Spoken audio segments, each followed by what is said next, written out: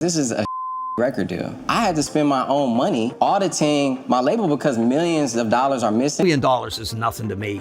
I've been exploiting artists for almost an entire century. Shotgun and a note. He'd taken his own life at just 27 years old. Millions scream for their idols, but behind the lights and music lurks a chilling secret. Stardom comes with a deadly price. Music hides mysteries darker than lyrics and beats. Some whisper about hidden contracts and chilling fates. Let us find out in an interesting way what lies behind.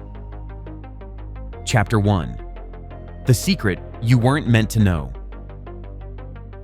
Have you ever noticed that some artists become bigger after their death than they were while alive?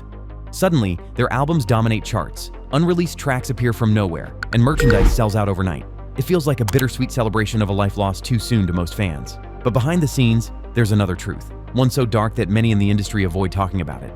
It's hidden deep in contracts, written in language most artists barely understand. It's called the death clause, and it might just be the music industry's most unsettling secret. Chapter 2. Imagine signing the deal of your dreams. Picture yourself as a young, hungry artist. A record label finally offers you a deal. Fame, fortune, and the chance to reach millions of fans. You're handed stacks of papers filled with legal jargon. You don't read every line, you just sign, because this is your dream. But tucked inside is a clause you'd never expect. It says the label can insure your life, but here's the catch. If you die, they, not your family, collect the payout. You're worth more to them as a risk hedged than as a human being. Now think, how many desperate artists would still sign, even if they knew the truth? Chapter 3. Death as a business model. As cruel as it sounds, death has become one of the music industry's most profitable events. Look at the numbers. When Michael Jackson passed in 2009, his music sales jumped over 1,600% in a single week. Whitney Houston's death caused her sales to spike by more than 6,000%. Rappers like XXXTentacion and Juice WRLD gained billions of streams after their tragic ends. For the grieving fan, this is love and nostalgia. For the record label, this is revenue on a scale few marketing campaigns could ever achieve. So ask yourself this, when death becomes a financial strategy, who really benefits? Chapter 4. The fine print nobody reads. So what exactly do these contracts say? A typical death clause lets the record label take out life insurance policies on the artist, often without the artist even knowing the full details. It allows the label to retain ownership of unreleased tracks, to control what gets released after death, and to keep collecting royalties before the family sees a dime. The contract essentially transforms a human life into an asset that pays out in tragedy. Imagine learning that someone else, a corporation, profits from your funeral before your family even has time to grieve. Doesn't that sound chilling? Chapter 5. The Cobain question. Kurt Cobain's story casts a long shadow over this discussion. When the Nirvana frontman died in 1994, he became immortalized as the voice of a generation. But whispers soon followed about how much his label stood to gain from his passing. His father even suggested that contracts like Cobain's were written to protect the company's profits, not the artist's legacy. Think about that for a moment. Who really owns an artist's legacy? The people who create and love the music, or the corporations who hold the contracts? And if it were your legacy, who would you trust to protect it? Chapter 6. The Peep Problem.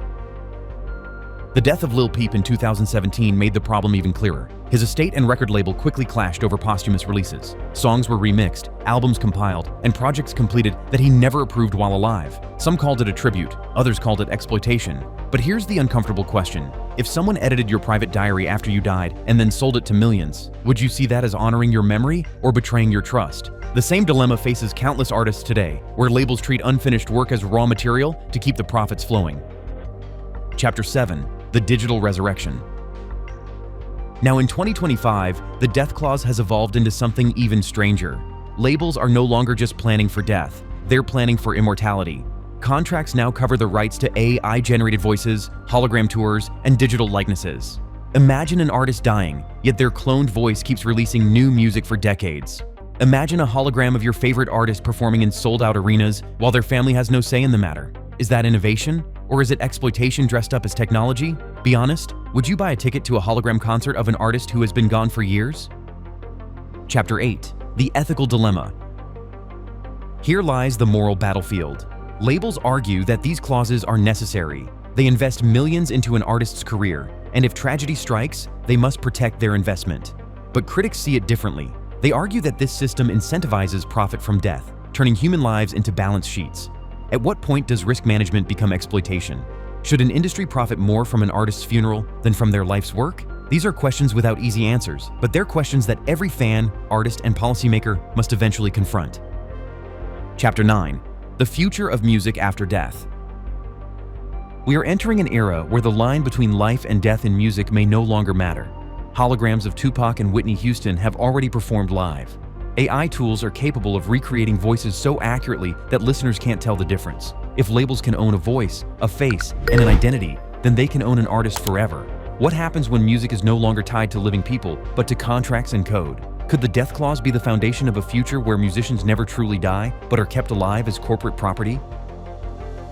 Chapter 10. The question only you can answer. Now that the curtain has been pulled back, the death clause is no longer just an industry rumor. It's a fact shaping the way we consume music and remember our idols. It is why death has become a sales event, a business opportunity, and in some cases, a planned part of the contract. But here's the question only you can answer. Should labels hold this power, or should laws protect artists and their families from exploitation? Do you believe the industry is honoring its artists or profiting from their silence? The truth is in front of you. What will you choose to believe? Behind the fame, fortune, and flashing lights, the music industry hides secrets you'll never believe. Like, subscribe, and join us again as we reveal the mysteries no one dares discuss.